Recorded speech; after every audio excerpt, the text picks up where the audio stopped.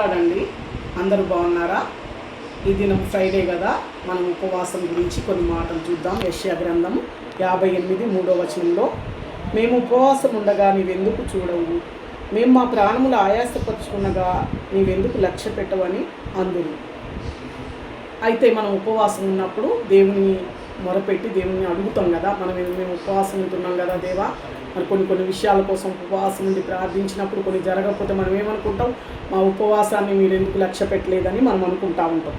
ఎలా ఉండాలా దేవుని దృష్టిలో? దేవుడు ఏమంటున్నాడంటే, ఈ ఉపవాస దినమున మీరు వ్యాపారం చేయుదురు, మీ పని వారి చేత కఠినమైన పని చేయించుదురు. మనం చేస్తాం కదా, మనకు షాప్స్ ఉన్నా ఏమున్నా వ్యాపారం చేస్తాము, మన ఇంట్లో సర్వెంట్లతో పని చేయించుతాము. మరి ఏం చేస్తాం, మనం ఉపవాసం ఉండి కూడా చిన్న గొడవలకు కూడా ఆవేశపడుతూ కలహం చేస్తూ వివాదం చేస్తూ ఉపవాసం ఉంటాం. కానీ అలాంటి ఉపవాసం దేవునికి అనుకూలం కాదు కదా. ఆ విధంగా ఉపవాసం ఉండడం నాకు అనుకూలమా అంటుంది దేవుడు. మీ కంఠధ్వని పరమున వినపడినట్లు మీరు ఇప్పుడు ఉపవాసం ఉండరు.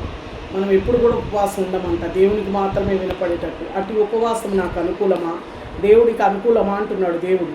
మనుషుడు తన ప్రాణమును బాధపరుచుకుని దినం అట్టిదేనా? అయితే ఉపవాస దినం మనం ఏం తినకుండా ఉండి ఆయాసపరుచుకుంటే దేవుడు చూస్తాడని అనుకుంటున్నాం కదా, అట్టి దినమేనా అంటున్నాడు దేవుడు. ఒకటి జమ్ము వలె తలంచుకొని గోనెపట్ట కట్టుకొని బూడిద పూడ్చుకొని కూర్చుంటే అది ఉపవాసమా? మనం తగ్గించుకొని గోనెపట్టలాగా మన శరీరాలు ఆయాసపరుచుకొని ఉపవాసం ఉంటే అది నాకు అనుకూలమా అంటుండు దేవుడు. కాదట. ఏం చేయాలి మనం ఉపవాస దినమున? అట్టి ఉపవాసం యెహోవాకు ప్రీతికరమని మీరు అనుకుంటున్నారా అని ప్రశ్న. మనం అనుకుంటున్నాం కదా. అయితే మనం ఎలా ఉండాలి ఉపవాస దినమున? దుర్మార్గులు కట్టిన కట్లను విప్పుట. దుర్మార్గులు చెడ్డవాళ్ళు కొంతమందిని మరి అనేక కట్లతో బంధించి ఉంచుతూ ఉంటారు. కాడిమాను మేకులు తీయుట, బాధింపబడిన వారిని విడిపించుట. కొంతమందిని చిన్న పిల్లలను కూడా కొంతమందిని బాధించబడి వాళ్ళని బాధిస్తూ వాళ్ళ చేత పని చేపిస్తూ ఉంటారు. ప్రతి కాడిని విరగొట్టుట. ఏ కాడి? దుర్మార్గత అనేది చెడ్డది. మరి ఏదైనా ప్రతి కాడి కూడా విరగొట్టాలట. నేను ఏర్పరచుకున్న ఉపవాసం అని దేవుడు అంటుండు. ఏం చేయాలి? ఇంకా మనం ఉపవాస దిన చేయవలసిన పనులు ఇంకా చాలా ఉన్నాయి. ఏంటంటే, నీ ఆహారము ఆకలి కొనిన వారికి పెట్టాలి.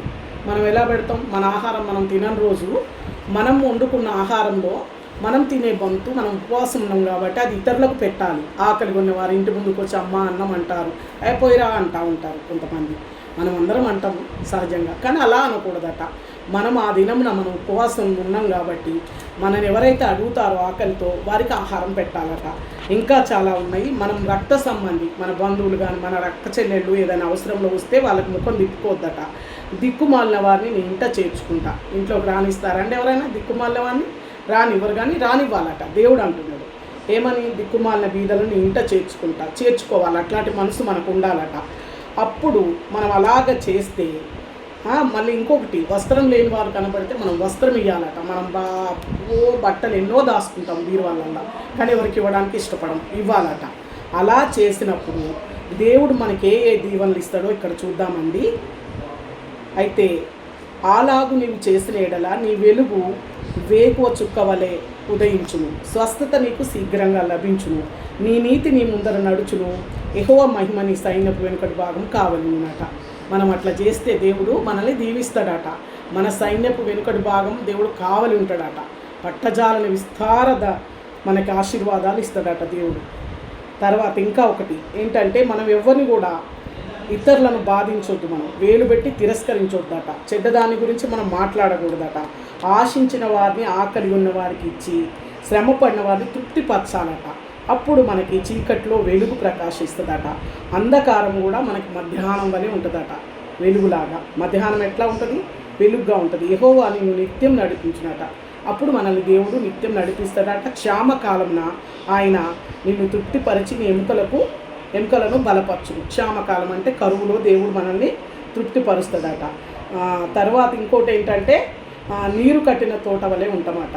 మన ఎముకలకు దేవుడు సత్తువ కలగజేసి మా క్షామకాలం ఆయన నిన్ను తృప్తిపరిచి నీ ఎముకలను బలపరచునట. మన ఎముకలను బలపరుస్తాడట. ఇంత దీవెన మనకు ఉంది కాబట్టి మనం ఉపవాసం ఉండి మనం ఏ రీతిగా ప్రవర్తించాలో, ఏ రీతిగా ప్రార్థించాలో ఈ యెషయా గ్రంథం 58 మొత్తం 3 నుంచి రాయబడి ఉందండి. దయచేసి మరి ఈ వాక్యం మీకు ఈ వాక్యం మీ జీవితాల్లో మరి దేవుడు నెరవేర్చునుగాక.